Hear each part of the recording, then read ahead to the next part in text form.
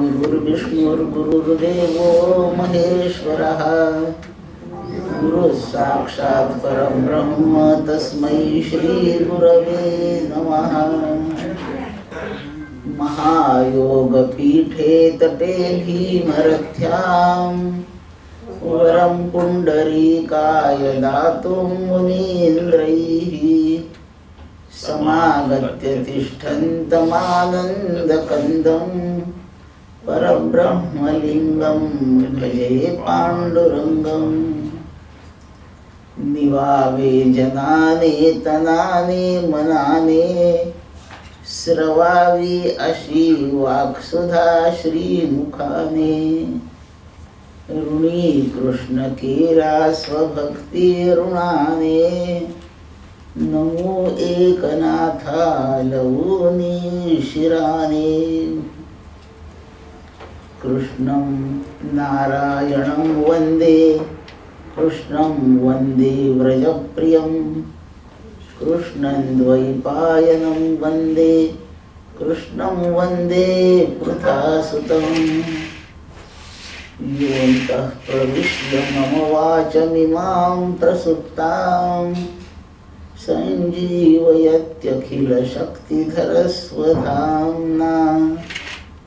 अन्यांश्च हस्तचरणश्रवणत्वगादीन् प्राणान्नमो भगवते पुरुषाय तुभ्यं। पुण्डलीकवरदा हरिविठ्ठल श्रीज्ञानदेव तुकाराम पंढरीनाथ महाराज की जय। माऊली ज्ञानेश्वर महाराज की जय। जय जय रघुवीर समर्थ।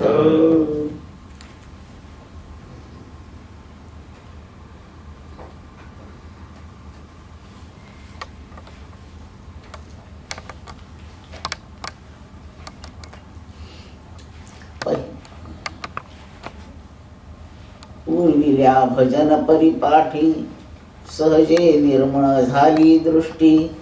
मिथ्या सांसारिक त्रिपुटी निर्धार पोटी दृढ झाला। पांडुरंग हरी वासुदेव हरी पांडुरंग हरी वासुदेव हरी पांडुरंग हरी वासुदेव हरी। भगवान श्री गोपाळ कृष्ण समर्थ सद्गुरु श्री रामदास स्वामी नाथ महाराज यांच्या श्री चरणांना वंदन। समस्त स्थानिक देवांना देवतांना वंदन। आपणा सर्वांना सप्रेम अभिवादन आणि चिंतनाला प्रारंभ। चिंतनाचा विषय सुरू आहे एकनाथी भागवत म्हणजे श्रीमद भागवताचा 11वा स्कंध, त्यातील हंस गीत हे प्रकरण सुरू आहे। थोडेसे श्लोक शिल्लक आहेत, तेवढा विचार आता पूर्ण करण्याचा प्रयत्न करूया। हंस गीत हे भगवान विष्णूंनी राजहंसाचं रूप घेऊन सत्यलोकी ब्रह्मदेवाच्या सभागृहामध्ये सनत कुमारांना जे उत्तर दिलं ते आहे। भगवंतांनी ते गायलं आहे, हंस रूपाने गायलं आहे। म्हणून ह्या संपूर्ण बोधाचं नाव हंसगीत असं आहे। भगवंतांनी अर्जुनापुढे जो बोध केला त्याचं नाव श्रीमद भगवत गीता असं आहे। जे जे बोध आहेत, जे जे विश्लेषणपूर्वक शिकवले गेले आहेत, त्याच्या साधक बाधक युक्तींच्या सह शिकवले गेले आहेत। त्याच्यात समस्या शिल्लक राहील किंवा संदेह शिल्लक राहील असं काहीच राहू दिलं नाही। इतकं इतकं परिपूर्ण विवेचन केलं आहे. पुष्कळ ठिकाणी त्या विवेचनाचं पुनरावर्तन सुद्धा करण्यात आलं आहे. पण ज्याला तो बोध सुरू आहे त्याला ते पूर्णांशाने कळावं या पद्धतीने ते विश्लेषणपूर्वक शिकवलं गेलं आहे. अशा तऱ्हेने जे सांगितलं जातं त्याला गीत म्हणतात. प्रेमाने सांगणे, ऐकणाराच्या प्रेमाने सांगणे आणि विषयाच्याही प्रेमाने सांगणे. विषयाचं प्रेम असतं पण श्रोते आवडत नसतात. तेव्हा नाही ते तितकं रसाळ होत. श्रोते आवडतात पण विषय जबरदस्तीने गळी मारला गेलाय म्हणून त्याचंही प्रेम नसते. दोघांचं प्रेम पाहिजे, विषय कळलेला पाहिजे, त्याचा आपण अनुभव घेतलेला पाहिजे, असा वक्ता पाहिजे. आणि त्या वक्त्याला ह्या श्रोत्याला ते असंच इतकं तपशिलाने समजावं, जेवढा सुखाचा अनुभव त्या विषयाने मला दिला आहे तेवढा ते ऐकून ह्या श्रोत्यालाही तो मिळाला पाहिजे. अशी एक अर्थ आणि कळकळीची इच्छा पण पाहिजे. त्यावेळी समजलं ना, मग पुन्हा एकदा आपण पाहू. त्या शब्दाचा अर्थ पुन्हा एकदा सांगायचा, तो त्याच्या अनुभवाशी आणून भिडवायचा. आपल्या विद्वत्तेसाठी उपदेश करीत नाहीत संत, ते श्रोत्यांच्या उद्धारासाठी करीत असतात. बाकीचे विद्वान स्वतःची विद्वत्ताच फक्त प्रदर्शित करावी, अशांच्या याच्यामध्ये भगवंताचं दर्शन नाही होत. यांच्या विद्वत्तेचं फक्त प्रदर्शन होत असतं. प्रवचन किंवा बोध हा विद्वत्तेचा प्रदर्शन भाग नाहीये, हा भगवत दर्शनाचा उपाय आहे. म्हणून भगवत दर्शनाबद्दल वक्त्याला खूप तळमळ पाहिजे, तो त्याला आलेला पाहिजे. भगवंताच्या प्रार्थनापूर्वक त्याने तो सांगितला पाहिजे. याला आळवून आळवून म्हणणे म्हणतात. जे आळवून आळवून पुन्हा पुन्हा त्याचा रस उत्पन्न होईल इतक्या पद्धतीत सांगणे याला गायन म्हणतात. आपल्याला गायन माहिती आहे. एक ओळ नुसती काहीतरी म्हणून टाकायची हे गायन नाही. गायन म्हणजे फक्त शास्त्रीय गायन. 1 तासभर एकच ओळ सुरू असते. शास्त्रीय संगीत जेव्हा गायलं जातं तासभर एकच ओळ. मला तर आधी वाटत असे की हा पुढचा विसरला, म्हणून तेच ते पुन्हा पुन्हा तो गातोय. ते गायन आहे. आळवून आळवून पुन्हा पुन्हा. या रागात म्हटलं तर जरा कमी परिणाम येतोय, वेगळा राग घालील. एकदा म्हटल्याने तेवढा नाही रस उत्पन्न झाला, तो पुन्हा तीच ओळ म्हणेल. याला गायन म्हणतात. असं तेच ते पुन्हा पुन्हा सांगणे, आळवून आळवून सांगणे, ऐकणाऱ्याला कंटाळा येईल इतकं सांगणे. असं आपलंही असतंय, त्याला रडगाणं म्हणतात. पुन्हा पुन्हा तेच, पुन्हा पुन्हा तेच. दुसरं प्रपंचात आपण काय बोलतो? 2 आयांना जमू द्या, तेच त्यांचं हेच गाणं चालू असतं. हल्लीचे पोरं ऐकत नाहीत, ते शाळेत जात आहेत, ते अभ्यास करीत नाही, घरचं केलेलं खात नाही, त्यांना बाजारचं खायला पाहिजे. प्रत्येक आई फक्त हेच म्हणते, पुन्हा पुन्हा तेच म्हणते. दुसऱ्या दिवशी भेटले की पुन्हा तेच. त्यांचं सुद्धा तच्चिंतनम तत्कथनम अन्योन्यं तत्प्रबोधनम असंच सुरू असतंय. सगळेच बोध तसे आहेत. म्हणून भगवंताने केलेला असो, एखाद्या सद्गुरूने संतांनी केलेला असो, त्याला गीता म्हणतात किंवा गीत म्हणतात. असं हौस गीत आहे. आणि सनत कुमारांच्या आणि ब्रह्मदेवाच्या प्रेमापोटी भगवान नारायण हंसरूप होऊन तिथे आले आणि त्यांनी सनत कुमारांच्या प्रश्नाचं उत्तर देण्यासाठी, म्हणजे प्रश्नाचं माध्यम करून भगवंतांनी या संपूर्ण जगाला सनत कुमारांना समोर ठेवून उद्धाराचा उपाय शिकवला आहे. ते हंसगीत सुरू आहे. हंसगीतामध्ये काल झालेला भाग, त्याच्या पुढे आपण आज प्रयत्न करू. विषय चित्त, देह, देहाहंकार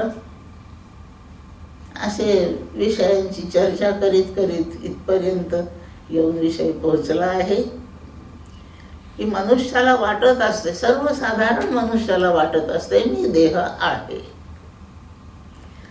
जोपर्यंत मी देह आहे असं वाटत असते तोपर्यंत देहाच्या भोगाची प्रीती असते.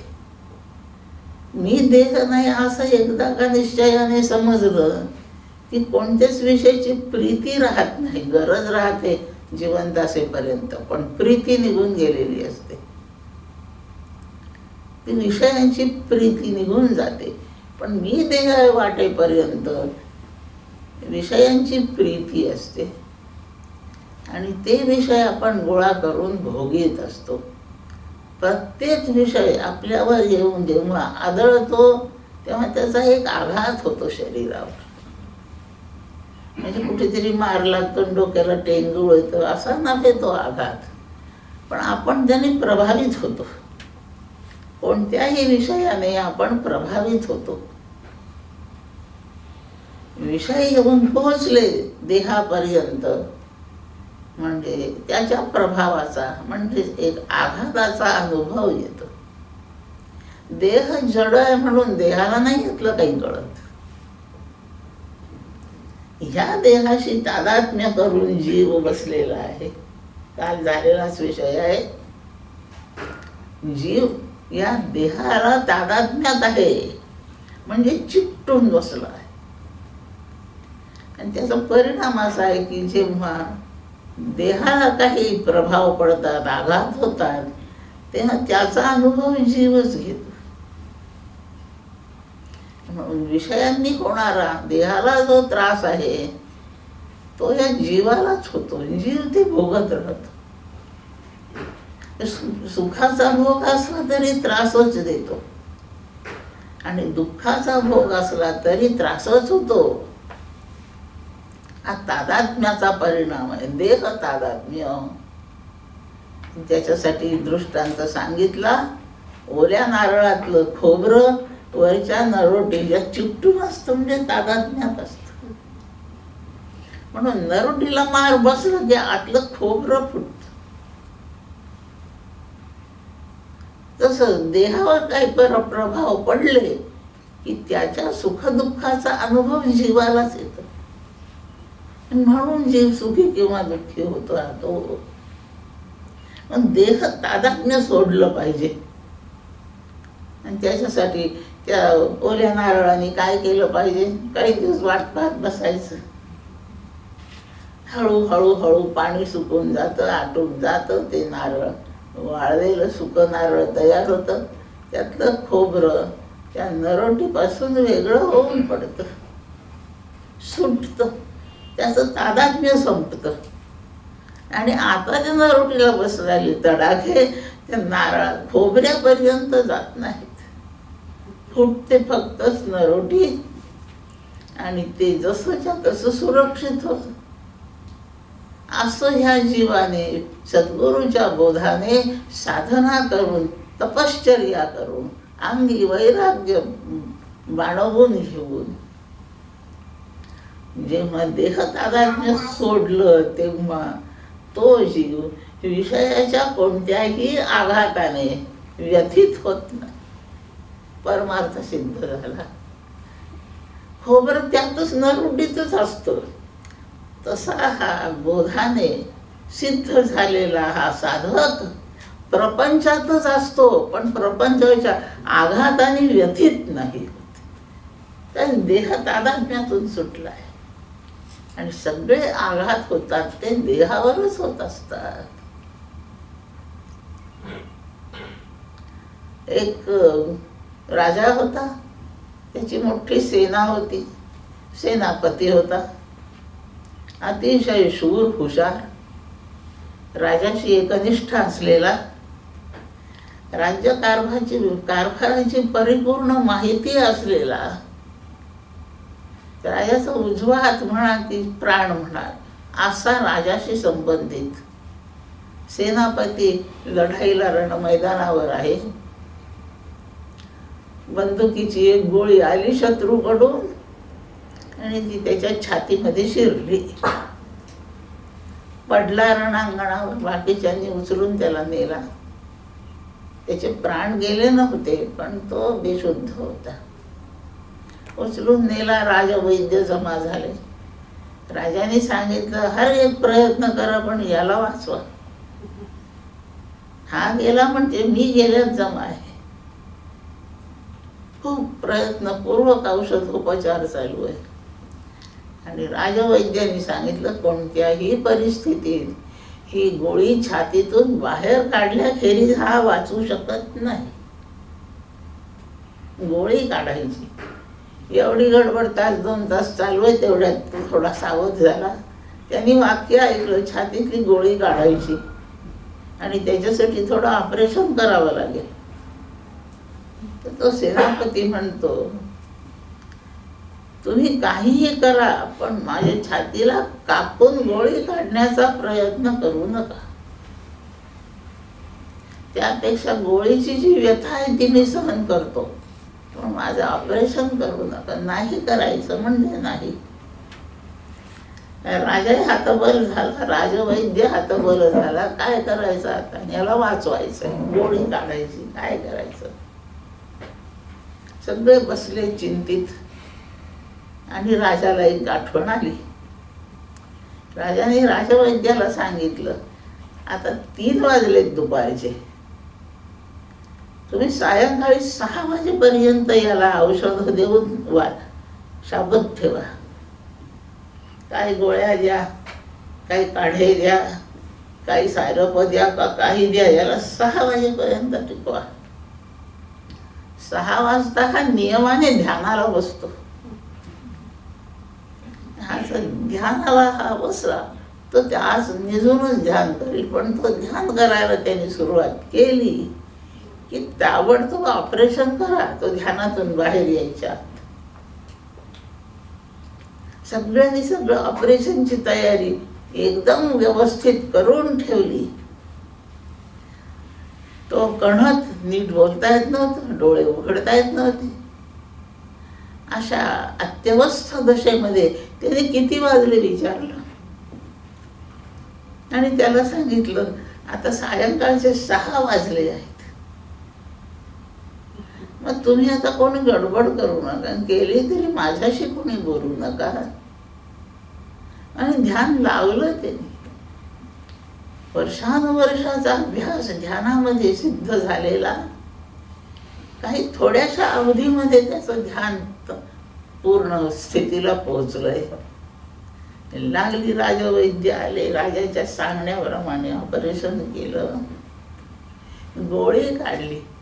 काय औषध लावायचं, पट्ट्या बांधायच्या, तो प्रकार पुढचा सगळा झाला. अर्ध्या पाऊण तासाने तो ध्यानातून बाहेर आला. त्याला कोणी काही सांगितलं नाही गोळी काढली का काय केलंय. पुढे तो जिवंत राहिला का मेला की पुन्हा लढायला गेला, आपल्याला पुढच्या गोष्टीशी काही घेणं देणं नाही.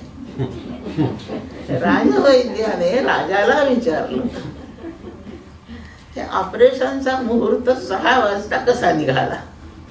तुम्ही ज्योतिषाला विचारलं का? नाही. तो ध्यान लावतो आणि ध्यानाच्या प्रसंगी हा जीव देह तादात्म्यातून सुटतो आणि देव तादात्म्यात जातो.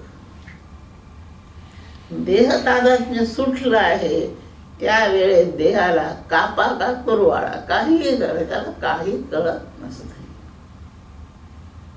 या विषयांचे जेवढे काही प्रभाव आहेत, हा जीव देहाला चिकटू नये तोवरच.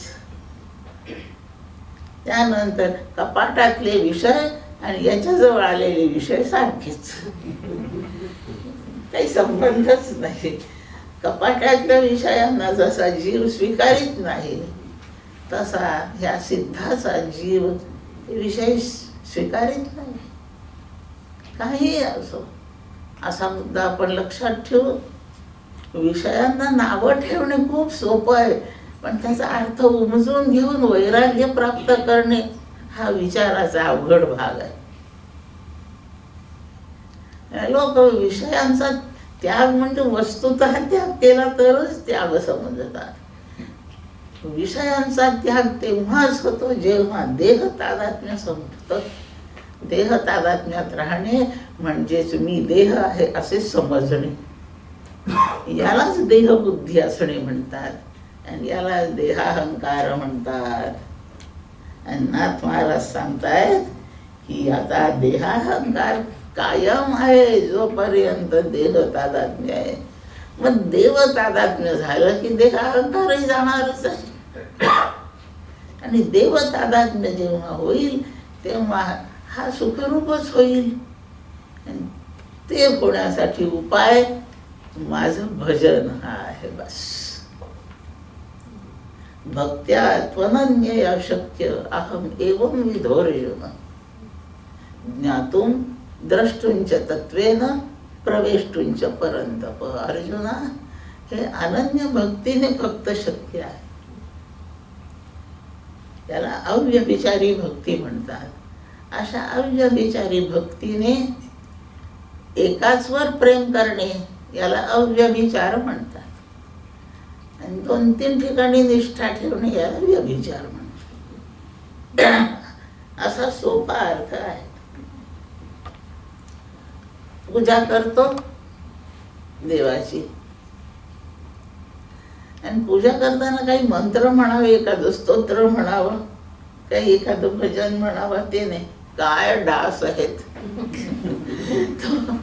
पूजा संपेपर्यंत हात तरी खाजवतो, पाय तरी खाजवतो, पाठ तरी खाजवतो. काय डास आहे, काय डास आहे. देह तादात्म्य, त्याची निष्ठा देहाकडे, पूजा देवाची करतो, ही व्यभिचारी पूजा आहे. वाल्मिकी ऋषींच्या अंगावर वारुळ केलं मुंग्यांनी, काही पत्ता नाही.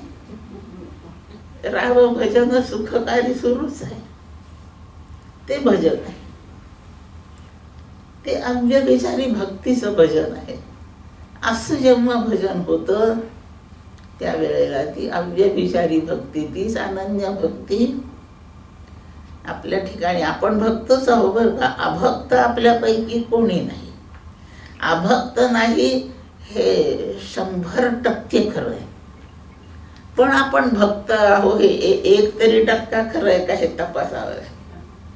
अभक्त नक्कीच नाही, पण भक्त आहे असं म्हणताना जीभ आत बाहेर करते, थोडीशी घोटाळते. कारण आपलं प्रेम 2 ठिकाणी, म्हणजे संसारावरही आहे, देहावर आहे, आणि देवावरही आहे. हा व्यभिचार आहे. दृष्टांत सगळ्यांना माहिती आहे. एखादी स्त्री व्यभिचारिणी आहे असं केव्हा म्हणतात? तिचा विवाह झालाय म्हणून शास्त्राने एक नवरा तिला मिळालेला आहे, पण तिचं अन्यही कुठेतरी प्रेम आहे. त्या स्त्रीला व्यभिचारिणी म्हणतात. 2 ठिकाणी निष्ठा ठेवून व्यवहार चाललाय. असं आपलं होतं. आपली बुद्धी व्यभिचारी आहे, आणि म्हणून त्या बुद्धीच्या साह्याने होणारं हे सगळं व्यभिचार कर्म होतं. त्याचा खूप छान विवेचन एक जणांनी केलेलं आहे. बुद्धी खूप स्वच्छ आहे, अंतःकरणाचा स्वच्छ घटक बुद्धी आहे, म्हणून कूटस्थाचं प्रतिबिंब तिच्यात पडतं. तो चिदाभास, ते प्रतिबिंब म्हणजे जीवाचा घटक आहे. तो जीवच समजा प्रकाशित आहे. त्या कूटस्थानी स्वतःचा संपूर्ण प्रकाश म्हणजे ज्ञानस्वरूप, म्हणजे आपलं पूर्ण स्वरूप त्या बुद्धीला अर्पण केलंय, लक्षात ठेवा. म्हणून त्या कूटस्थाला या माणसाची बुद्धी अत्यंत प्रिय आहे.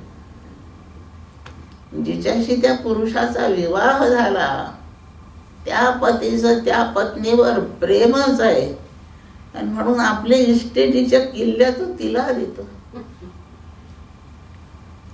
त्याने केस खरेदी करून ठेवलेलं सोनं तिला घालतो. त्याचं तिच्यावर अत्यंत प्रेम आहे. तसं कूटस्थानी आपलं संपूर्ण ऐश्वर्य बुद्धीला अर्पण केलंय, असा प्रकाश तिला दिलाय, सगळ्या समजुतीची पात्रता क्षमता तिला दिली आहे, म्हणून बुद्धीवर त्याचं अत्यंत प्रेम आहे. आता ह्या बुद्धीने कूटस्थाशी पतिव्रता असावं का नाही, पण ती नाही. आत्म्यावर हिचं प्रेम असावं, ही आत्म्याची निष्ठा असावी. तो आपला पती समजून हिने त्याच्यावरच आता फक्त प्रेम करावं, तसं नाही करीत.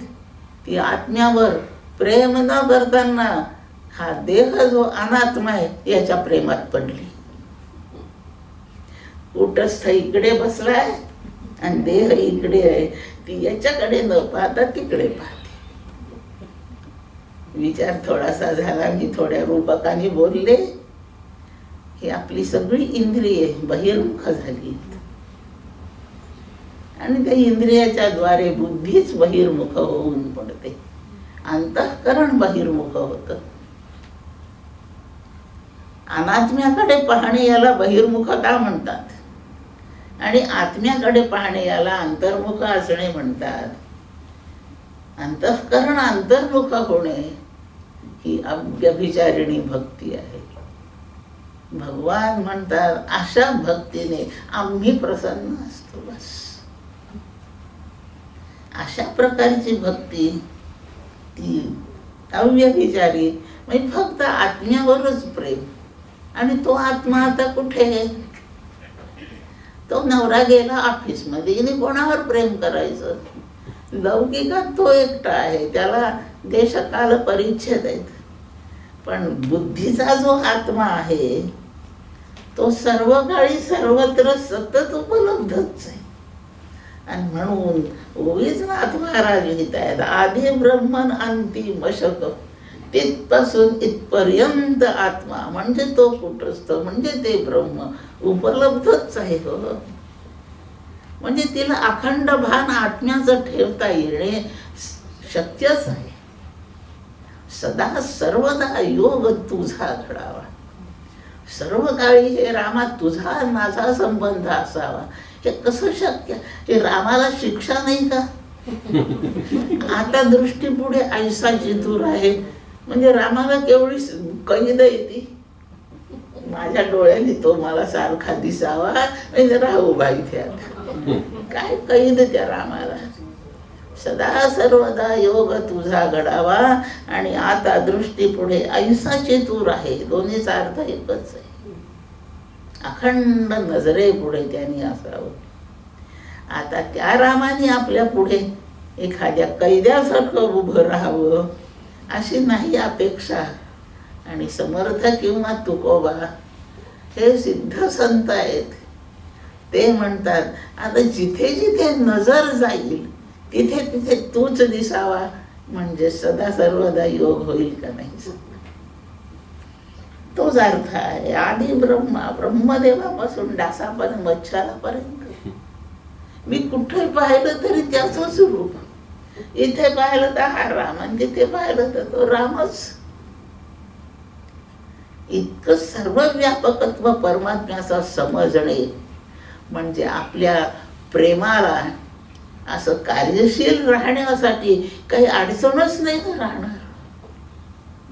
याला भजन म्हणतात. प्रेम अखंड कार्यशील आहे. गंगेच्या प्रवाहाप्रमाणे प्रेम वाहतच वाहत आहे. त्याला रुकावट नाही कुठे. मग डास चावला तरी रामच. आणि मी खरं प्रश्न विचारते सगळ्यांना, राम येऊन आपल्याला समजा चावला तर चालेल की नाही? राम आपल्या हाताला येऊन चावला चालेल का नाही? मग डास चावल्याचं एवढं काय रडगाणं? चालेल. तो मशकापर्यंत राम आहे, हेच शिकून घ्यायचं, शिकायचं, एवढंच शिकायचं. हे शिकणे म्हणजे भक्ती करणे, असं वागणे ही भक्ती आहे. त्याला भजन म्हणतात. भजन शब्दाचा गाणं म्हणणे, स्तोत्र गाणे, नाम म्हणणे असे जरूर आहेत. त्याच्यावर प्रेम करणे हाही त्याचाच अर्थ आहे. त्याच्या आश्रयाला असणे, अखंड त्याच्या भानात असणे असा भजन शब्दाचा अर्थ आहे.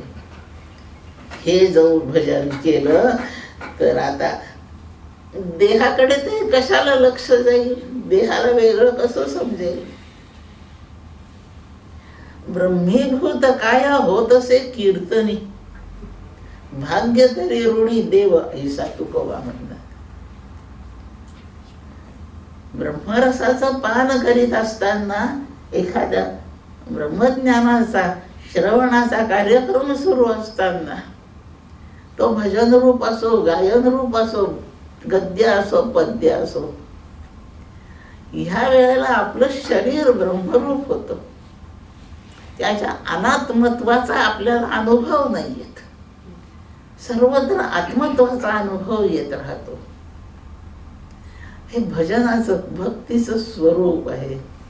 असं केलं म्हणजे देहतादात्म्याने होणारी जी दुःखे आहेत ही होण्याला काही आता जागाच उरली नाहीये. आणि हे देहतादात्म्य गेलं. सनत कुमारांनो, राजहंस बोलतोय, असं जर भजन केलं आणि देहांकारातून सुटलात ना, आता कशाचे विषय चित्तात जातील किंवा चित्त विषयात जाईल. यत्र यत्र मनो याती तत्र तत्र समाधया, येन केन प्रकारेण मनो कृष्णे निवेशयेत. कोणत्याही प्रकाराने मन कृष्णात घालून ठेवा आणि मन जिथे जिथे जाईल तिथे समाधी म्हणजे त्याचा अनुभव. या दोन वाक्य याच अर्थाचे. चित्त विषयात जातात, विषय चित्तात जातात. कुमारांनो, हे ब्राह्मणांनो, ते ब्राह्मण आहेत खरं, म्हणून त्यांचं संबोधन ब्राह्मण असं केलं आहे. हे ब्राह्मणांनो, हे द्विजांनो, हे कुमारांनो, हे भाग्यवंतांनो, हे माझ्या नातवांनो. ब्रह्मदेवाचे ते मानसपुत्र आहेत. ब्रह्मदेव याचं पोरग आहे म्हणून हे नातून हा आजोबा आहे. आणि लक्षात ठेवा, आजोबाला नातवाचं प्रेम जास्त असतं. बापाला पोराचं जेवढं प्रेम असतं त्यापेक्षा त्या माणसाला नातवांचं प्रेम अधिक आहे. त्याच प्रेमाने सनत कुमारांशी नारायण म्हणजे राजहंस बोलत आहेत. कुमारांनो, असं भजन केलं एकदा म्हणजे चित्त विषयात जाणार नाही, आसक्त होणार नाही आणि विषयांच्या भोगाच्या वासना चित्तात जमा होणार नाही.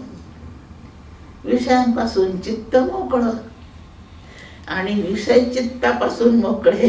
विषय कुठे आहेत, आता काय करायचंय, असं मोकळं चित्त झालं. तुकाराम महाराज वर्णन करतात, मोकळे मन रसाळ वाणी ही गुणी संपन्न. हे वर्णन आहे भजन करणाऱ्याचं, भक्ताचं. मोकळे मन, मोकळे मन म्हणजे कसं मोकळे, त्याच्यात विषय नाहीत. मग त्या जागेमध्ये काय आहे, रिकामी नाही जागा राहू शकत. विषय रूपाने ब्रह्म नाही, नारायण रूपाने असले तर विषय असतील, पण नारायण आहे तिथे. मोकळे मन म्हणजे विषयांनी मोकळं करून टाकलं, विषय घर सोडून गेले, असं मोकळे मन. रसाळ वाणी, प्रेमळ बोलतोय, भावपूर्ण बोलतोय, आनंदाने बोलतोय, प्रेमाने बोलतोय. असं बोलताना जी वाणी आहे ती रसाळ वाणी आहे. याच गुणांनी तो संपन्न असतो, म्हणून त्याचे शब्द ऐकावे वाटतात. या प्रकारचा तो रसाळ वाणी आणि मोकळे मन. रामकृष्ण परमहंसात नाही, स्वामी रामतीर्थांना एक दिवस एक जण भेटला, रस्त्यातच भेटला आणि ते रामतीर्थ तिकडून येत आहेत, इकडून चाललाय. ते संन्यासी आहेत. हा भेटलेला मनुष्य म्हणतो, स्वामी एक प्रश्न. काही संदर्भ नाही, काही नाही, आधीची काही ओळख नाही, पण त्याच्या डोक्यात प्रश्न असे, कोणाला विचारावं. हा दिसतोय बरा माणूस, विद्वान आहे, याला विचारावं. स्वामी एक प्रश्न. आणि तेही म्हणतात, विचार बाबा. काय? गोपाळकृष्णाला मुरली इतकी प्रिय का? सारखी आपली ओठावर धरून बसला, इतकी प्रिय का? आणि स्वामी रामतीर्थांनी विदिन नो टाइम उत्तर दिलं, ती आतून पोकळ आहे म्हणून. मुरली इतकी प्रिय का? ती आतून पोकळ आहे म्हणून. तो बासच असतो, बांबू आहे ती, आतून मोकळी पोकळ आहे. आपलंच वर्णन ते करून सांगतायत. आपण देवाला प्रिय केव्हा होऊ? आपण आतून पोकळ झालो म्हणजे, मोकळे झालो म्हणजे चित्तातून विषय गेले की आपणही देवाला प्रिय हो. तो बास जो भरलेला असेल आतमधून, रिकामा नसेल तर नाही कृष्ण ते हातात घेणार, त्याच्यातून मधुर स्वर निघणारच नाहीत. म्हणून चित्त मोकळं रिकामं करावं. माझं सांगितल्याप्रमाणे सर्वत्र फक्त मीच आहे. जिथे जिथे जाईल तिथे तिथे माझाच भान होत आहे. जागेवर बसला, डोळे झाकले तर आतमध्ये मी, अंदर राम बाहर राम, जहां देखो वहां राम ही राम. जागत राम, सोवत राम, सपनों में देखत राम ही राम. कबीर महाराज म्हणतात. असं सर्वत्र भान जेव्हा होतं तेव्हा या विषयांचा संबंधच बंद होतो. आणि विषयांचा संबंध बंद झाला एकदा म्हणजे परमात्म्याचा अनुभव सुरू होतो. तेवढ्यासाठीच तर आपली सगळी साधना पणाला लावायची आहे, त्याच्या अखंड भानासाठी. देहाहंकार निघून जातो, चित्त मोकळं झालं आहे. तुमचा तोच न प्रश्न की चित्तांचा आणखी विषयांचा वियोग कधी होईल. सध्या सतत संयोग आहे. ते विषय आता चित्ताच्या वाटी जाणार नाहीत आणि चित्त आता त्यांच्याकडे धावणार नाही. एकमेकाची तोंड पाहणार नाहीत आता ते. असं भांडण पोराचं बापाचं झालं. आणि बाप त्या पोराला सांगतो, पोरग बापाला सांगतं, तुम्ही माझे वडील नाही आणि मी तुमचा पोरगा नाही. असे म्हणून गेले निघून एकमेकापासून दूर.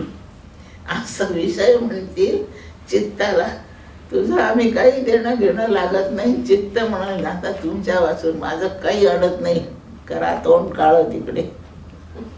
असे यांची ताटातूट. विषय आणि चित्त हाच प्रश्न आहे. आणि ह्या प्रश्नाचा शेवटचा परिणाम, प्रश्नाचा मूळ रोख आहे योगाची अत्युच्च स्थिती. मला सांगा काय आहे? आणि आत्मस्थिती स्वरूप सांगा. योगाची अत्युच्च स्थिती ब्रह्मानुभवासाठी चित्त अनुकूल करणे आणि तिथे समाधीचा अनुभव घेता येणे ही अत्युच्च स्थिती आहे. चित्त असं निर्विषय झालं की तत्र तत्र समाधया. योगाने द्यायचं ते सगळं तिथे प्राप्त होईल. अत्युच्च स्थिती. अनात्म्याचं भान परिपूर्ण निघून जाणे आणि फक्त आत्मभानामध्ये ह्या जीवाने स्थित होणे ही अत्युच्च स्थिती आहे. आणि आत्मस्थिती तिचंही स्वरूप असंच आहे. आता जगत सत्यत्व भ्रांती निघून गेली. जग सत्य वाटत नाही. मग जग काय वाटतं ते एका ओळीत सगळ्यांनी पाठ केलेलं आहे. ब्रह्मसत्यम जगन मिथ्या. बस. जीव काय? ब्रह्मैव नापरा. असल्याच अनुभवामध्ये अखंड असणे की आत्मस्थिती हे आत्मस्थितीचं स्वरूप आहे. फार विवेचन करीत नाही, अनेकदा असं बोलणं झालेलं आहे, आपण श्रवण केलेलं आहे, ते तसंच आठवा. आणि त्याच्या पूर्वस्थिती विषयांशी परिपूर्ण संबंध विच्छेद होऊन जाणे, आणि यावीच ते आहे. या प्रकारे त्या सनत कुमारांच्या प्रश्नाचं उत्तर भगवंतांनी दिलेलं आहे. पूर्वील्या भजन परिपाठी सहजे निर्मळ झाली दृष्टी, मिथ्या सांसारिक त्रिपुटी निर्धार पोटी दृढ झाला. हा संपूर्ण संसार हा त्रिपुटीचा खेळ आहे. द्वंद्वाचं नर्तन आणि त्रिपुटीचा खेळ हे एवढं संसाराचं स्वरूप आहे. प्रत्येक इंद्रियाची त्रिपुटी आहे. हाताची त्रिपुटी आहे, दाता, दातव्य आणि दान. जे द्यायचं ती वस्तू दातव्य, हे पुस्तक द्यायचं, पुस्तक दातव्य आहे. हे हाताने द्यायचं, हे हा दाता आहे. आणि देण्याची क्रिया हे दान आहे. हाताची त्रिपुटी, हाताने आता जेवढे व्यवहार होतात ते म्हणजे फक्त त्रिपुटी. तिथे दाता, दातव्य, दान याच्या पलीकडे काही नाही. पायाची त्रिपुटी, गंता, गंतव्य आणि गमन. चालतो तो पाय, जिथे पोहोचायचं ते गंतव्य, आणि ती पोहोचण्याची क्रिया म्हणजे गमन. डोळा पाहण्याचा व्यवहार करतोय, द्रष्टा, दृश्य आणि दर्शन. एकंदर 11 इंद्रिये, 10, 5 कर्मेंद्रिये, 5 ज्ञानेंद्रिये, आणि यांचा राजा मन म्हणजे अंतःकरण. त्याचे 4 घटक म्हटले तर त्यांच्याही त्रिपुट्या आहेत. आणि याप्रमाणे त्या संपूर्ण व्यवहार असाच आहे का, याच्यापेक्षा आता आणखीन काही आहे? संपूर्ण व्यवहार म्हणजे हेच सुरू आहे. आणि मी दान करते म्हणून मी दाता आहे. थोड्या वेळाने कोणी येऊन माझं दान करतं, तेव्हा मी दानाचा विषय होतो, देय, दातव्य मी होते. शेवटी 3च दानाचा कार्यक्रम कुठून कुठपर्यंत कोणीही केलेला असो, एवढे 3च चालू आहेत खेळाचे प्रकार. आणि भोगाच्या प्रकारात फक्त द्वंद्वच.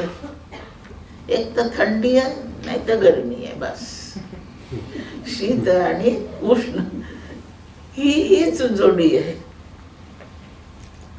दुसरं एक तर सन्मान आहे, नाही तर अपमान आहे, मान अपमान अशी जोडी आहे. नावलौकिक खूप चांगला झाला तर कीर्ती आहे, हेच बोलतात वाईट माणूस आहे, अपकीर्ती आहे.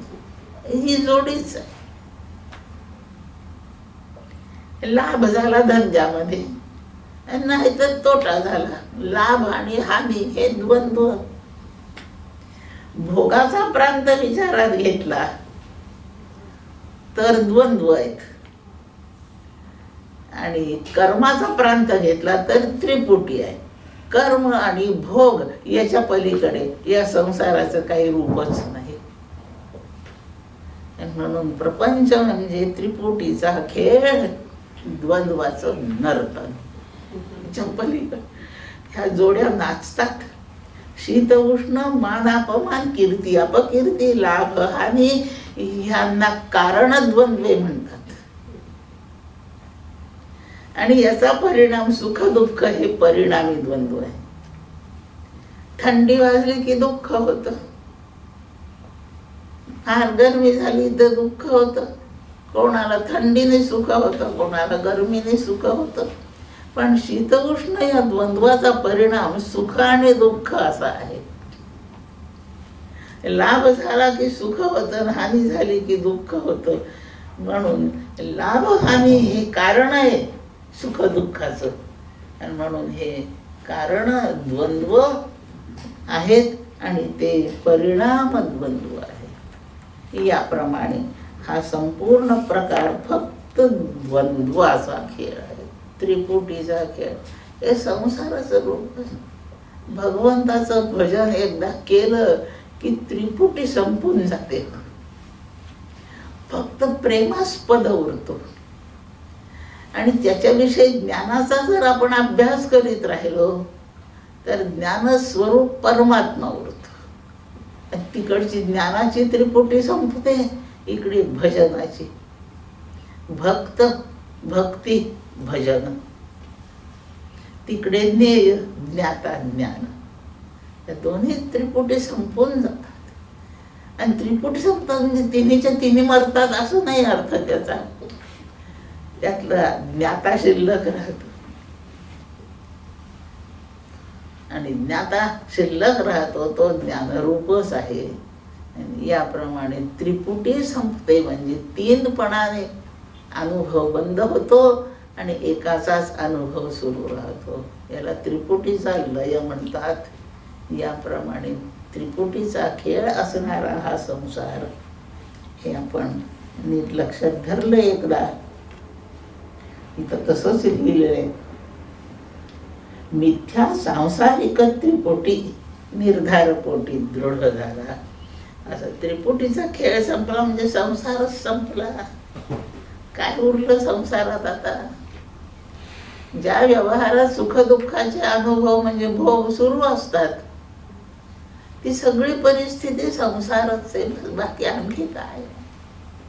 संसार 7 फूट उंच आहे, गोरा गोरा पान आहे, नाका डोळी सुरेख आहे, असा काही नाही संसाराचं वर्णन. तो श्रीमंत आहे, तो गरीब आहे, हे संसाराचं वर्णन नाही. संसाराचं वर्णन म्हणजे विषयांच्या भोगाने सुखादुःखाचे अनुभव आहे. ते विषयाचे भोग, विषयाशी व्यवहार आहे. गुणेषु वर्तन्त. गुण म्हणजे त्रिगुणाच्या साह्याने प्रकृती आणि गुणेषु म्हणजे विषयांमध्ये संबंध प्रस्थापित करणे, एवढंच संसाराचं रूप आहे. या प्रकारचा संसार थांबतो. कोण बोलतंय? राजहंस. आणि काय ते भाग्यवान श्रोते 4 जण आणि त्यांचा पिता. असा आनंदी आनंद राजहंसाने करून सोडला. ये विषयी ऐका सावधान, ज्ञात्यासी देह बाधिना भान, तेथे स्फुरे जो अभिमान, तो भर्जित जाण बीज जैसे. आता असे ज्ञानी झाले विषयांच्या त्यागाने, चित्त विषयांचा विच्छेद होऊन गेला संबंधाचा. या प्रसंगी त्या माणसाचं काय होतं वागणं? नेहमी सारखाच वागतो. सकाळी उठतो, स्नान करतो, पूजा करणारा असेल तर पूजा करतो, ऑफिसमध्ये जायचं असेल तर तिथे जातो, शेती असेल तर तो शेती करतो. तथा तवापि चेत कर्म, तथा तवापि चेत जनकादेह कथम राज्यम इति चेत दृढबोधतः. प्रश्न विचारला, जनकाने राज्य केलं, त्याला नाही पाळलं, आमच्याच विषय भोगामध्ये एवढं काय म्हणून तुम्ही डोकं घाललं? त्याचं उत्तर दिलं तथा तवापि चेत.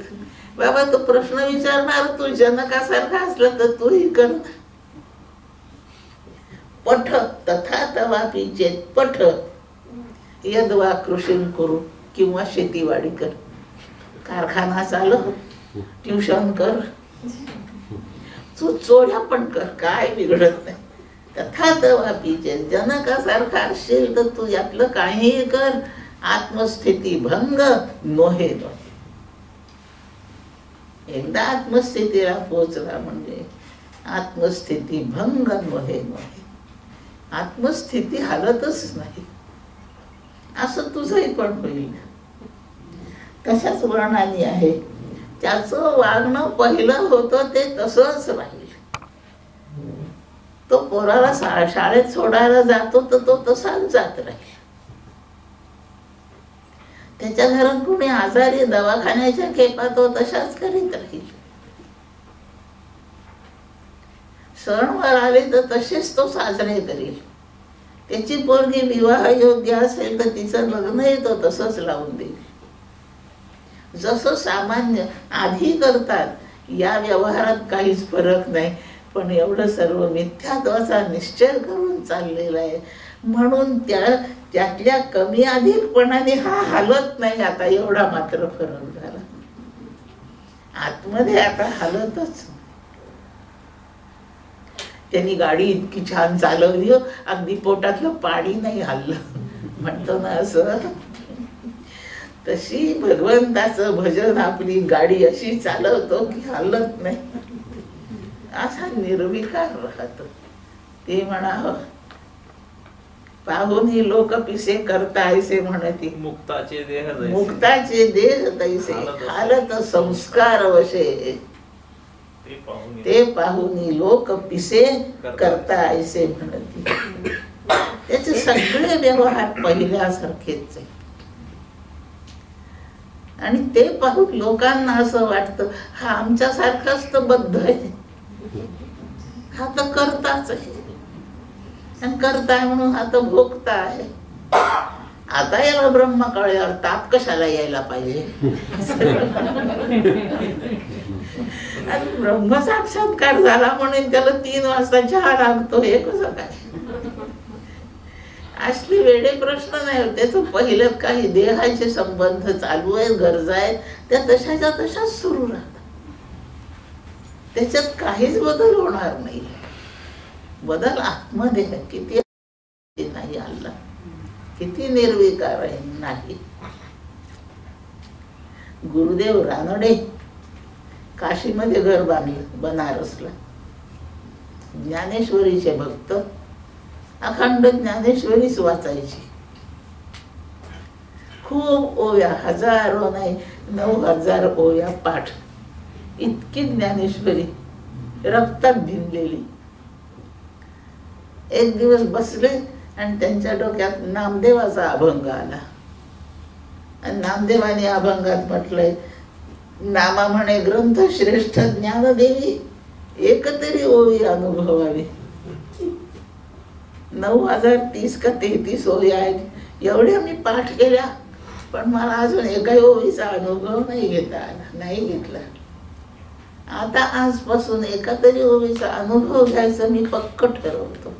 इथून पुढचं आयुष्य ओवीचा अनुभवच घ्यायचा. आता आपण अनुभवाला कोणती बरं ओवी निवडायची, आणि ती निवडायची ठरवलं असताना 12वा अध्याय पुढे निघाला आणि त्यातली एक ओवी काढली. माळी जेवते नेले, तेवते निवांतचे गेले, तया पाणी ऐसे झाले हो आवेगा. 12व्या अध्यायातली ओवी. हिचाच आता आपण अनुभव घेऊ, आपले जीवनच उतरवू, अनुभव घेऊ. म्हणजे काशीत घर बांधलंय, वास्तुशांतीचा दिवस ठरवला, पत्रिका छापल्या, खूप काहीशे लोकांना निमंत्रण पाठवले, समोर मंडप घातला, एवढे लोक बसले पाहिजेत. घर बांधलं, एवढे शेकडो लोकांना बसायला पुरणार नव्हतं. मंडप घातला, भोजनाची तयारी, भटजी, पूजेची तयारी, सगळं केलं. गुरुदेव रानडे फार मोठी विभूती, मोठ्या मोठ्या दर्जाचे माणसं तिथे खूप जमा झालेले. आजच जमा झाले, उद्या सकाळीच पूजा वगैरे सगळा कार्यक्रम आहे. रात्री सगळे जमले आहेत. यांचे सगळे आत सोयरे धायरे, मित्र मंडळी, निमंत्रित, पुढारी असे सारे. रात्री काहीतरी थोडेसे संवाद चालू, वादळ सुटलं. इतकं जोराचं वादळ आलं, पावसाचे ढग भरून आले, धो धो पाऊस सुरू झाला. वादळ आणि पाऊस असं थैमान मांडलं या दोघांनी. लोकांना आता उभं राहायला जागा नाही राहिली. आणि एवढ्यामध्ये परिणाम असा झाला, मंडप तर भिजला, उडूनही गेला वरचा. आणि घरावर जे टीन टाकलेले होते ते टीनही त्या वाऱ्याने पार उडून गेले. ज्या घराचा उद्या सकाळी वास्तुशांतीचा कार्यक्रम आहे त्याचं छप्परच उडून गेलं. लोक म्हणायला लागले, कसं हो गुरुदेव? आणि गुरुदेव म्हणतात, मला एका ओवीचा अनुभव घ्यायचा आहे. माळी जेवते नेले, ते निवांतची गेले.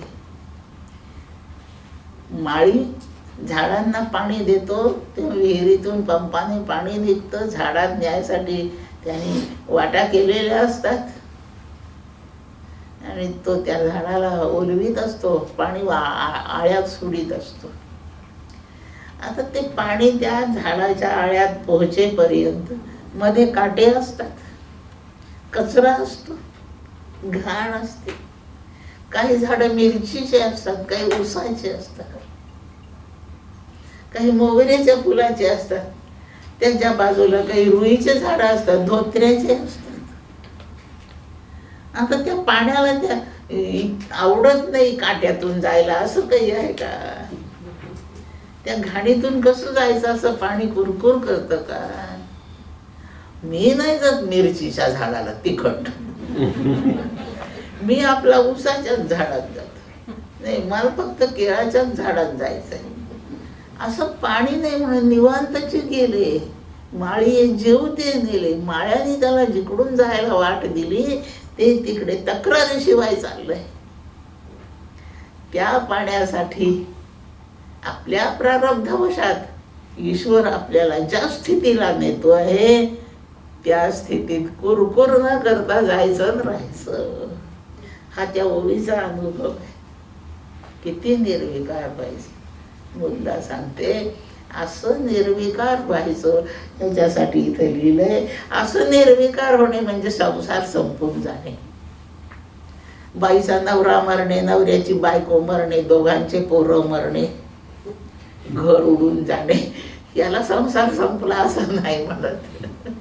हे असे स्थितीत असत. आता त्यांच्यात कमी जास्त काय होईल त्याच्याबद्दल तक्रारच नाही. असं बिना तक्रारीने जगता येणे म्हणजे संसार संपून जाणे बस. असे भलतेच काहीतरी आपल्या कल्पनांनी देवारी उभा राहायची, इमारती उभा राहायच्या आणि आपल्याच कृत्याने आपणच रडायचं. हे कोणी शिकवलं? आपलं असंच कृत्य करावं. आणि या प्रकारे त्याचा आता याचं संपूर्ण मिथ्यात्व कळलं त्याला आता. आणि मिथ्यात्व कळल्याचा जो परिणाम आहे त्याला आता देहाचे बाधिना भान, तेथे स्फुरे जो अभिमान, तो भर्जित बीज जाण. कोणतंही कर्म करण्याला त्या वेळेचा अहंकार लागतो. मी शाळेत शिकवत होते, मी शिक्षिका आहे हा अभिमान मला धारण करावा लागायचा. आणि हा अहंकार घेतल्याशिवाय मी शिकवू नाही शकत. कंपनीचा मॅनेजर आहे मी, ह्या कंपनीतला मॅनेजर आहे असा त्याला अभिमान घेतल्याशिवाय तो तिथली व्यवस्था नाही करू शकत. मी आई आहे पोराची असा अभिमान त्या बाईने घेतल्याखेरीज ती संगोपन नाही करू शकत. कोणत्याही कर्मासाठी अहंकार धारण करावा लागतो. ती कर्माची अपेक्षा आहे. कर्माच्या क्षेत्रामध्ये अहंकार आवश्यकच आहे, त्याशिवाय कर्म होत नाही. आणि परमार्थाच्या भागात अहंकार त्यागल्याशिवाय परमार्थ नाही. मी ब्राह्मण वर्णाचा आहे, मी संन्यासी आहे, मी ब्रह्मचारी आहे, मी क्षत्रिय योद्धा आहे, मी देवाचा पुजारी आहे. हे असले अहंकार घेतल्याखेरीज ते कर्मच होत नाही. हे सगळं मिथ्यात्वाने करायचं. करता येतं हो मिथ्यात्वाने. हे असं नीट ज्ञान झाल्यावरही हे आपल्याला मिथ्यात्व समजून घेऊन करता येतं. आणि त्याने त्यातलं आता काही जरी केलं तरी त्याचं फळ त्याला भोगावं नाही लागत. दृष्टांत दिला इथे नाथ महाराजांनी. शेतामध्ये बी म्हणजे दाणे पेरले की ते यथासमय उगवतात. पण ते दाणे आधी भाजून घेतले आणि मग पेरले. आता उगवतात का? स्वतःच्या तपाने आणि ज्ञानाने, ज्ञानाग्नीने याने कर्माचं कर्तृत्व भोक्तृत्व भाजून टाकलंय आणि ते वापरतोय आता. त्याच्यामुळे ते आता सुखदुःख रूपाने उगवतच नाही. ते भर्जित बीजाप्रमाणे कृती घडते पण परिणाम नसतो. आहेत आमच्या भागात, इकडे नाही आहेत तसे, तिकडे आहेत. कोण आहे तिकडे? डॉक्टर आहेत. पेशंटला लागले ऍडमिटच करून घ्यायचं. त्याला 20 इंजेक्शन द्यावी लागतील. एक इंजेक्शन देतो त्या पेशंटचा जो कोण पालक असेल त्याच्या समोर चांगलं काढून, आणि बाकी त्याला रात्री एक आहे, दुपारी एक आहे, सकाळी एक आहे, मध्ये एक आहे इंजेक्शन. डिस्टिल्ड वॉटरचे इंजेक्शन देतो.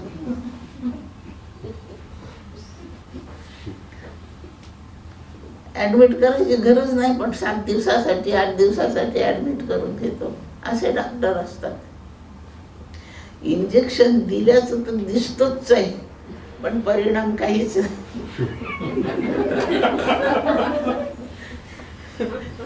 असं कर्म करताना तर दिसतच राहील, पण त्याचं सुखही नाही दुःखही नाही.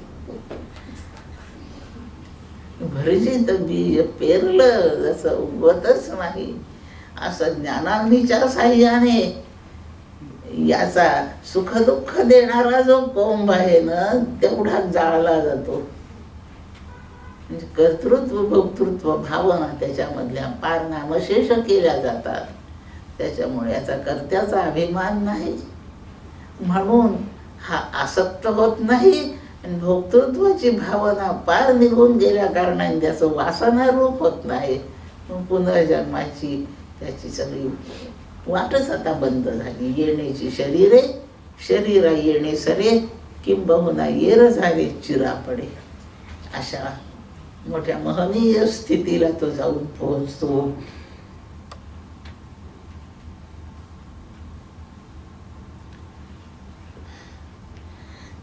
त्यांचं काय झालं मग? आता 36व्या श्लोकात सांगतात ते आता तेची ते झाले मदभावेसी, जेवी लवण जळासी मिनले. मीठ समुद्राच्या पाण्यात गेलं, मिठाची बावली आहे. ती काय म्हणते, समुद्र किती खोल आहे मी आत्ता पाहू देते, तुम्ही असेच काठावर उभे राहा. समुद्र किती खोल आहे हे पाहायचं ठरवलं, खोली मोजायची ठरवली. ती मिठाची बावली म्हणते तुम्ही थांबा इथे सगळे काठावर, मी आत्ता जाऊन मोजून येते. आणि म्हणून उतरली समुद्रात. येईल का परत? ती जशी लवण समुद्राच्या पाण्यामध्ये गेला की शिल्लकच राहत नाही, तसा माझ्या भजनात शिरला तो मद्रूपच होऊन जातो. तो माझ्याहून वेगळेपणाने त्याचं अस्तित्व संपूनच गेलेलं असतं. या प्रकारे लवणाचं उदाहरण दिलं यांनी. पावोनी माझ्या स्वरूपासी, विसरले देह भानासी, झाले चैतन्य घन सर्वांशी, आनंद समरसी निमग्न. आनंद रूप झाले. असं होता येतं काय? होता येतं म्हणूनच नाथ महाराजांनी लिहिलं आहे. या प्रकारे आपण हे ध्यानात ठेवू. भजनाने आत्मसाक्षात्कार, त्रिपुटीचा खेळ संपला, द्वंद्वाचा परिणाम संपून गेला. सुख दुःख आता उसरत नाही. आयुष्य शिल्लक आहे. परवा म्हटल्याप्रमाणे प्राणशक्ती अजून काम करते आहे. जीवनमुक्तीचं आयुष्य तो जगत असतो. त्या काळामध्ये व्यवहारासारखेच होतात. जीवनमुक्त जो झाला, ब्रह्मज्ञानी झाला, समाधीच्या अनुभवात गेलेला आहे, असं जे काही असेल तेव्हा सगळंच ब्रह्मरूपच दिसतं. काही फरक नाही दिसत. व्यवहार तसाच आहे. भगवान रामचंद्राचंच उदाहरण पहा. ते तर साक्षात परमात्माच आहेत ना. त्यांच्या समदृष्टीला कुठे काही अडचण आहे का? रामाला सर्व रामरूपच आहे. मग सीता रावणापाशी राहिली काय, आपल्यापाशी राहिली काय, फरक आहे असं म्हटलं का त्यांनी? रावणापाशी नाही झालं, व्यवहार व्यवहारासारखाच करावा लागतो. म्हणून रावणाच्या राज्यामधून सीतेला घेऊन आले. ब्रह्मरूपतेचाच जर विचार केला, पारमार्थिक सत्तेचा विचार केला, रामात आणि रावणात फरक नाही, राहू दे सीता लंकेत, काय बिघडलं, असं राम नाही म्हणत. कारण सीता राम हे व्यावहारिक संबंध व्यवहारासारखेच सांभाळावे लागते. म्हणून जीवनमुक्त सर्वसाधारण लोक वागतात अशाच व्यवहारात वागत राहतात. आणि त्यांचे असे व्यवहार पाहून सामान्य, त्यांना पिसे म्हटलं ज्ञानेश्वर माऊलीने, नासमज आहेत ते, त्या ज्ञानाला करता समजतात, भोगता समजतात. ही समज अत्यंत चुकीची आहे. त्याप्रमाणे याचा विचार आपण पूर्ण करावा. जितुके देहाचे वर्तन तितुके अदृष्टास्तव जाण, अज्ञानासे देहाभिमान संज्ञान त्याते न बाधती. जेवढं वर्तन त्याचं चालू आहे त्याचं शेष प्रारब्ध त्याला वागवत असतं. ज्ञानी झालेल्याला त्याचं तिथून पुढचं जेवढं आयुष्य आहे ते त्याच्या पूर्वकर्माचं चेष्टित आहे. ते प्रारब्ध त्याला जसं वागवेल तसा तो वागतो. आता निरभिमानपणे त्याचं ते वर्तन चालू आहे. अज्ञानाला ते नाही कळत. त्या अज्ञानाला कळावं असा त्यांचाही हट्ट नाही. त्यांना परमात्मा कळालेला आहे, बस झालं, बाकीच्यांचं काय करायचं आहे याप्रमाणे त्यांचं चालतं. मग ते सोंग घेऊन तसे वागतात का, जबरदस्तीने वागतात का, सोंग घेऊन खरंच तसं वागता येतं का? येतं वागता. बहुरूपियांची रावराणी, स्त्री पुरुष भाव नाही मनी, परी लोक संपादनी तैशीच करीत. बहुरूपी दोघ जण नाना रूप घेऊन काम करतात, पैसे मिळवतात. आम्ही दोघं बहुरूपी. कोण आहे तुम्ही? आम्ही भाऊ भाऊ भाऊ.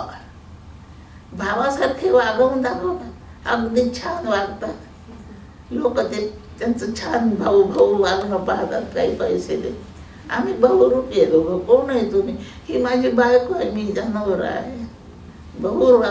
आणि मी राजा आहे, ही माझी राणी आहे. बहुरूपी यांची राव राणी, ही स्त्री आहे असंही ते म्हणत त्यांच्या मनात नाहीये. त्यांची बुद्धी तो स्त्री आहे का पुरुष आहे याबद्दल निशंक आहे.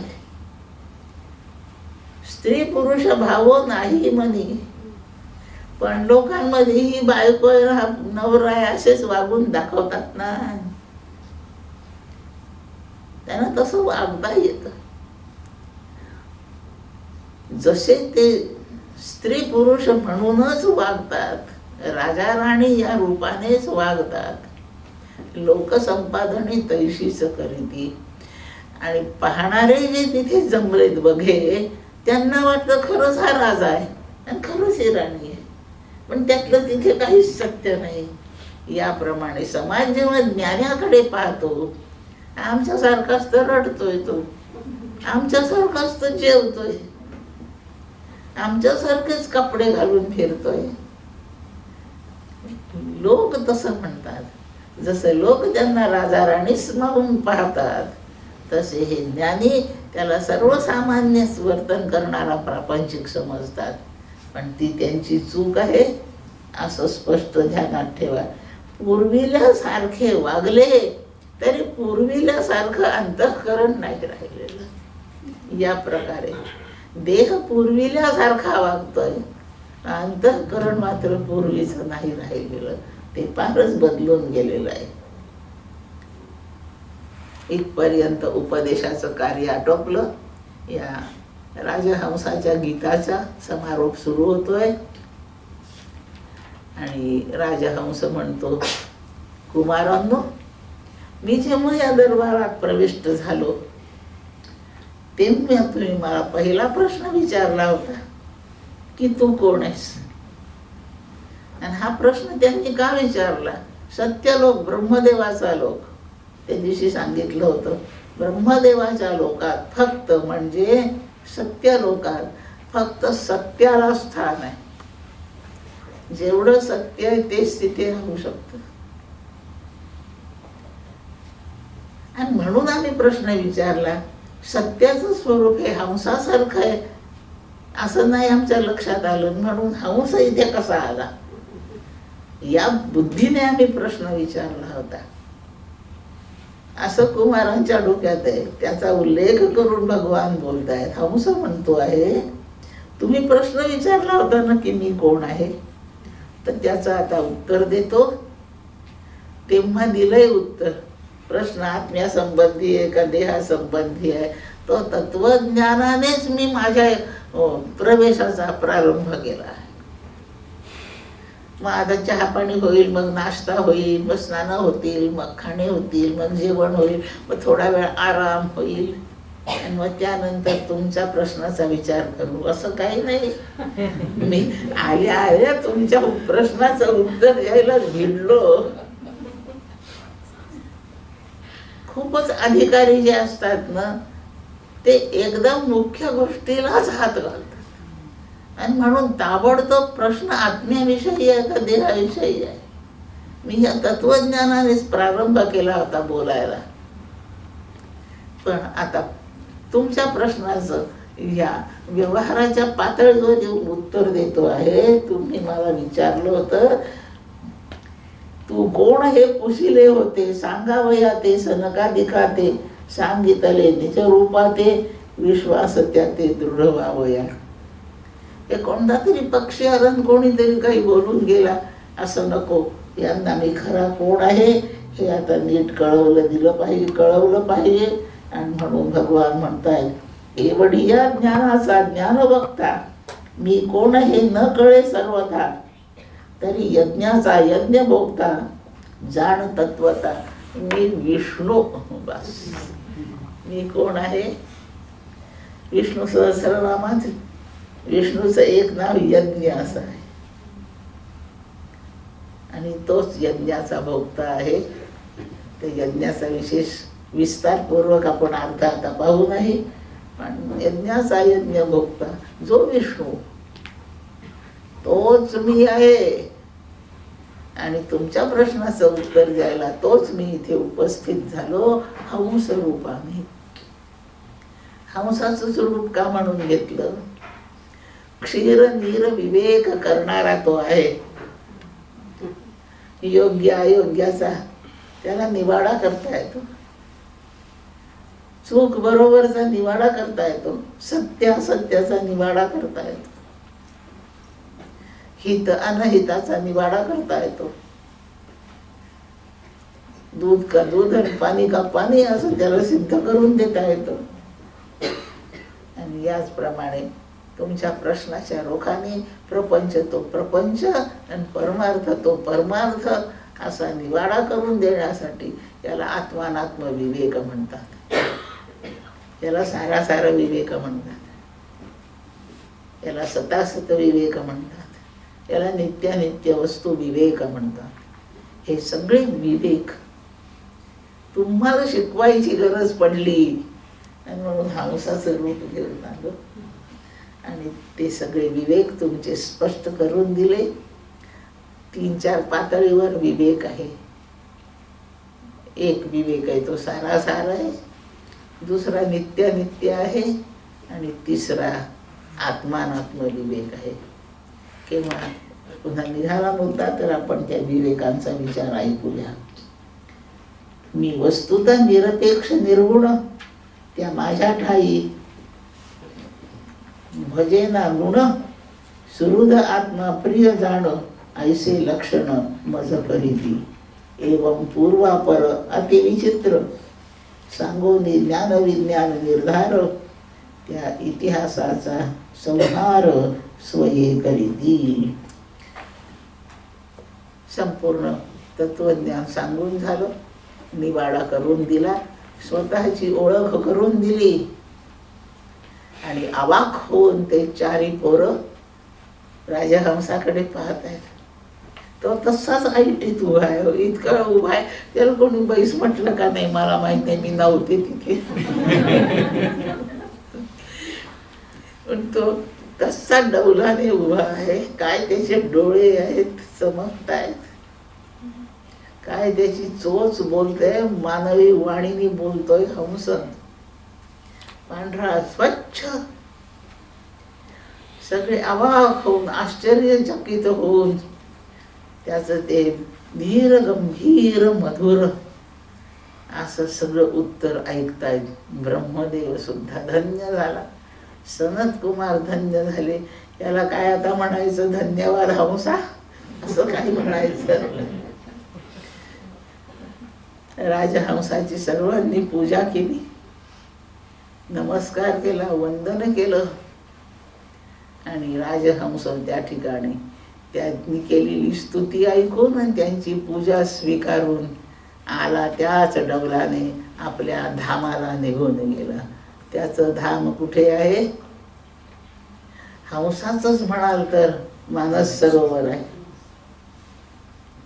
आणि विष्णूचं म्हणाल तर वैकुंठ आहे. तो हंस रूपाने गेला असेल तर मानस सरोवरात गेला. आणि मानस सरोवर कुठं आहे? ज्याच्या त्याच्या जवळ, ज्याच्या त्याच्या अंतःकरणात अत्यंत छानपणाने हृदयेशे अर्जुन तिष्ठती, सर्वांच्या हृदय देशी. तिथूनच तो प्रकट होऊन बाहेर आला. त्या मानस सरोवरात जिथे तो नेहमीच विराजमान आहे तिथेच आहे. भौतिकच कोणी अर्थ लावाल तर हिमालयात मानस सरोवर आहे तिथे असेल, नाही तर वैकुंठात असेल. हे स्वमहिम्यामध्ये राजहंसाने स्वतः धारण केलेलं हे प्रासंगिक स्वरूप विलीन करून टाकलं. त्या राजहंसाचे या जगावर फार उपकार आहे. काय आहे हंस गीतामध्ये एकूण विषय कोणता आहे? जो आपल्याला जन्ममरणाच्या फेऱ्यातच स्थिर करून टाकतो. पुनरपि जननम पुनरपि मरणम पुनरपि जननी जठरे शयनम. याचा आपण सतत अनुभव घेतो. किती काळापासून घेतोय माहित नाही, आपले किती जन्म झाले, तोच अनुभव चालू आहे. या वेळेला मानवी जननी असते, दुसऱ्या वेळेला चतुष्पाद प्राणी कोणीतरी असतो. पाळीव प्राणी जननी होतो, कधी हिंस्र प्राणी जननी, कधी कीटक जननी असेल, कधी पक्षी जननी असेल, माहित नाही. पण कित्येक जननी झाल्या. कुठून कुठपर्यंत कसा प्रवास झाला. कोण माझी आई? खरी आई कोणती? आत्ता ह्या देहाला जिने जन्मविलं ती खरी आई का? मग मागच्या वेळी जन्मवलं ती खोटी आई होती का? कोण माझी आई? प्रश्न मोठा अवघड आहे. एक नोट असते, मी रुपयाच्या भाषेत बोलते, 10 रुपयाची एक नोट आहे माझ्याजवळ. मला कुठून तरी कुठं जायचंय म्हणून मी एक रिक्षा केली. आता माझी नोट आहे ती 10 रुपयाची. मी म्हणते माझी नोट आहे, माझ्या पाकिटात आहे. रिक्षावाल्याने मला जिथे जायचं तिथे नेऊन सोडलं. त्याचं भाडं 10 रुपये आहे. ती नोट मी त्याला दिली. नोट कोणाची? आता त्याला दिल्यावर त्या नोटेला मी माझी नोट म्हणू शकते का? त्या नोटेचा मालक कोण? तो रिक्षावाला. मला रस्ता ओलांडून पलीकडे जायचं होतं, गर्दी फार होती, मी इकडेच थांबले. मी ज्या बाजूला थांबले होते तिथे एक पान ठेला होता. रिक्षावाल्याने तिथेच सोडलं. त्याला पान खायचं होतं, तो त्या ठेल्यावर आला. मी उभीच होती तिथे. त्याने 5 रुपयाचं पान घेतलं. ती 10 रुपयाची नोट त्या पान ठेल्यावाल्याला दिली.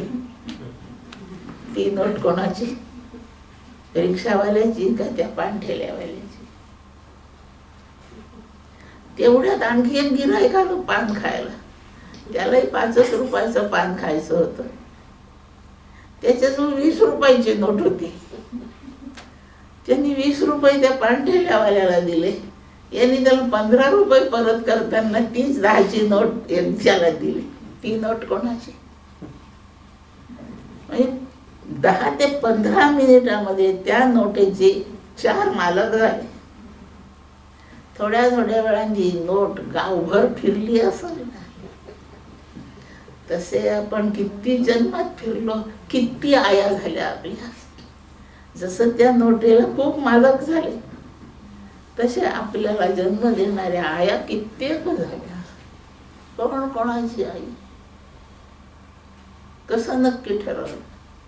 एका जन्मापुरते आपण एकनिष्ठ होऊया, बाकीचं माहीत नाही आपल्याला. अशी ही जन्म मरण परंपरा आहे.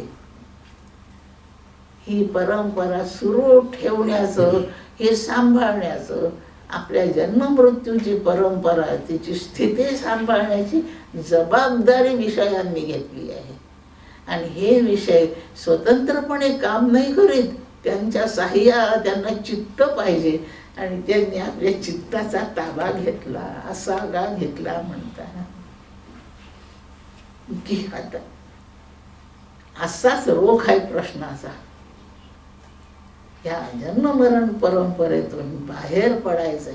आणि झाला जन्म म्हणून काय तो बाबा म्हणतात, गर्भवासी सुखे घालावे आम्हाशी. संत संघ मागूनच त्यांना ते पाहिजे. तो दुःखाचाच आहे. असा जन्म मरण दुःखाचा असणारा प्रसंग टाळण्यासाठी या विषयांना आणि चित्ताला एकमेकाला भेटणं बंद करायचं. बस तेवढा आपण क्रूर होऊया. त्या विषयांना चित्ताला भेटू नाही देऊन, चित्ताला तिकडे जाऊ नये, यांच्या भेटीच बंद करा. आणि त्या भेटी बंद करण्याचा खूप दीर्घ आणि अत्यंत नेमका उपाय सांगण्यासाठी आले. एवढं ब्रह्मदेव सांगू शकला नाही. त्याचं कारण थोडंसं ध्यानात घ्यायचं. कर्म जड बुद्धी झाली. देहाने, मनाने, वाणीने अशी 3 प्रकारची कर्मे अखंड करीत असताना बुद्धीला कर्मातीत जी वस्तू आहे तिचा विचार करायला सवड नाही मिळत. आणि बुद्धीची क्षमता नाही पुरत. बुद्धी दुर्बळ होते, व्याकुळ होते, क्षीण होत चालते. आणि म्हणून स्थूल कामे करताना सूक्ष्म गोष्टींना आपण न्याय देऊ शकत नाही. असंच ब्रह्मदेवाचं झालं. आणि म्हणून कर्माचाही विचार करावा, अनावश्यक नाही करू. एक अनुभव सांगते. आम्ही अमरावतीला जिथे राहतो तिथे आमच्या समोर एक बिऱ्हाड राहायचं. त्या घरातला माणूस काही फार उद्योगधंदा करायचा नाही, घरातच असायचा आणि कामं करायचा. घरातले पाणी भरायचा, काही झाडझूड करायचा, कामं करायचं. किती वेळ झाडझूड करणार आहे, किती वेळ पाणी भरणार आहे, बाकी खूपच वेळ रिकामा. मग त्यांनी काय करायचं, हे कपाट कपडे आहेत ना, सगळे कपडे बाहेर काढायचे, पुन्हा कपड्यांच्या घड्या करायच्या आणि त्या कपाटात ठेवायच्या. थोड्या वेळाने ते कपाट, भांडे त्यातले ते नाही, ते काढायचे बाहेर, पुन्हा नीट लावायचे. थोड्या वेळाने दोन्ही कपाट रिकामी करायचे, बाहेर आणायचे. त्या कपाटांना तर जरा ऊन दाखवलं पाहिजे, त्याला उन्हात ठेवायचे, मग ते पुन्हा आत न्यायचे. हे कपाट या भिंतीशी ठेवलं तर त्याची अडचण फार होते नाही का, मग ह्या तिकडे ठेव. इथलं कपाट तिकडे, तिथलं कपाट तिथे, ते रिकामं करून पुन्हा भरायचं, हे रिकामं करून पुन्हा भरायचं. तर दिवसभर असंच करायचा. ना काही शिकला, ना कुठे काही विद्वत्ता, नाही कोणता अभ्यास. आणि याच्यामध्येच डोकं सतत गुंतलेलं. कर्मात गेलेला माणूस, ध्यानात ठेवू आपण, ज्ञानाचं चिंतन करू शकत नाही आणि योगाचा अभ्यास करू शकत नाही. मग त्याची मर्यादा लक्षात घेऊन आपण करावं. एवढा बोध या हंसगीतातून आपल्याला मिळतो आहे. आपण सगळेजण मिळून त्या हंसरूप भगवान की जय म्हणून त्यांचा आपणही निरोप घेऊ. आणि या आपल्या एकूण उपक्रमामधल्या पुढच्या प्रकरणाला थोडासा प्रारंभ करून देते. 5-7 मिनिट 10 मिनिट आपल्याजवळ उपलब्ध आहेत, तेवढं पाहून घेऊ.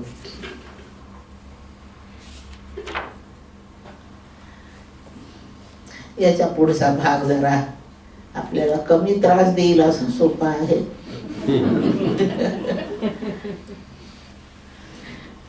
काय ठरतंय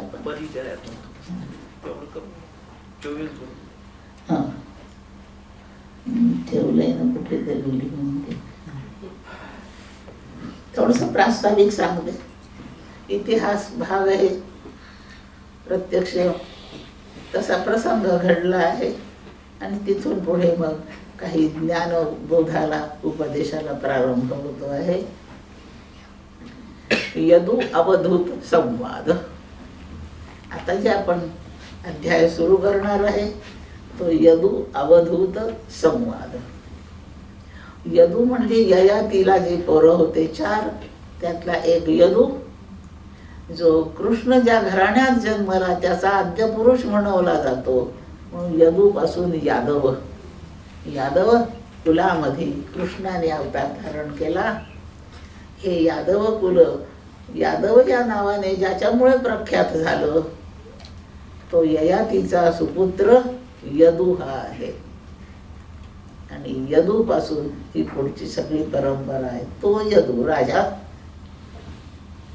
यदु राजा आणि अवधूत यांची एकदा भेट झाली. राजा यदु त्याच्या स्वतःच्या कामानिमित्त, काम नसेल म्हणूनही असा कुठेतरी होता उभा आणि त्याने समोरून एक अवधूत येताना पाहिला. अवधूत शब्दाचा अर्थ समजून घेऊ आपण.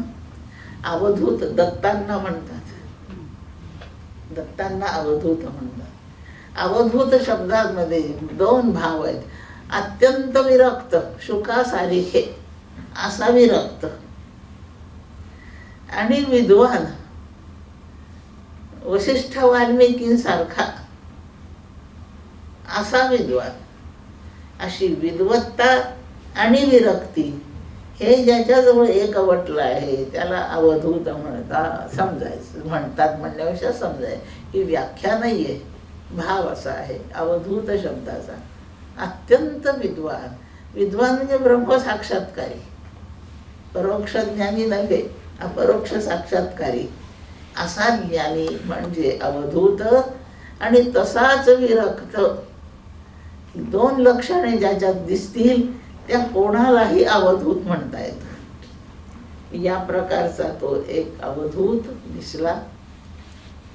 तो ब्राह्मण होता, तेजपुंज होता. चेहऱ्यावरही त्याची तपश्चर्या दिसते आहे, चेहऱ्यावरच त्याचं ज्ञान दिसत आहे, त्याची अंतर्मुख वृत्ती दिसते आहे.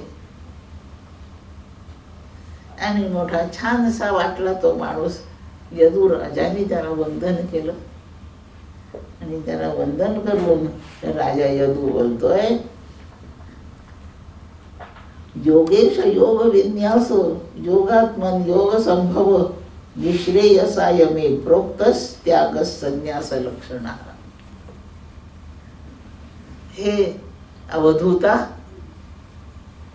तो विरक्त आहे हे त्याच्या वेशावरून दिसतंय, तो ज्ञानी आहे हे त्याच्या चेहऱ्यावरून दिसतंय. आणि म्हणून राजा यदूने त्याला एकदम प्रश्नच विचारला. काय प्रश्न विचारला आहे? हे योगेश, योगांचा ईश, योग या उपायाचा, योग या साधनाचा, योग या प्रक्रियेचा तो स्वामी आहे असा योगेश. योग विन्यास, योगी लोकांनी जिथे स्थिर व्हावं असं तुझं स्वरूप दिसतंय. योग विन्यास, योगात्मन, योगाचा साक्षात आत्माच तू आहेस असा योगी दिसतोयस मला. आणि योग संभव, तुझ्यापासूनच जगात योग प्रसृत झाला. इतका ज्याचा योगाशी संभव आहे, ज्याच्यापासून जगात योग अवतरला असा तू आहेस. योग्यांनी जिथे स्थिर व्हावं असं तुझं स्वरूप आहे. तो स्वतः योगी आहे. योगाचं रहस्य तुलाच समजतं आहे असा सगळा तू योगाशी संबंधित आहे.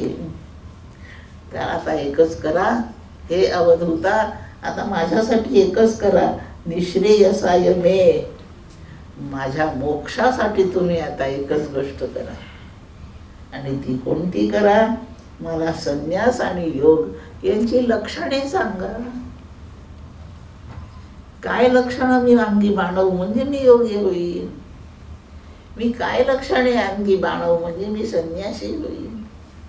संन्यासाचे, संन्यासाचे, योग्याचे आणि योगाचे अशी लक्षणे आपण मला सगळी सांगा, जेणेकरून मला मोक्ष प्राप्त होईल. निःश्रेयस शब्दाचा मोक्ष असा अर्थ होतो. निश्चयाने जे श्रेयाचं का साधन आहे, निश्चयाने निश्चयपूर्वक जे श्रेयस साधन आहे म्हणजे निःश्रेयस स्वरूप, त्याला मोक्ष म्हणतात. असा मोक्ष मला मिळाला पाहिजे. माझ्या मोक्षासाठी, माझ्या मुक्तीसाठी मला या दोन गोष्टींची लक्षणं आपण ऐकवा. एक कोणतं?